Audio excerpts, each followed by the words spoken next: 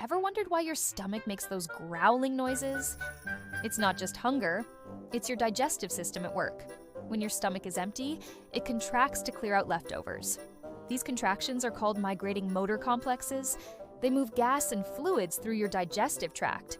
With no food to muffle the sound, you hear the rumbling loud and clear. So, next time your stomach growls, know it's just doing its job. Interesting, right? Share your thoughts below.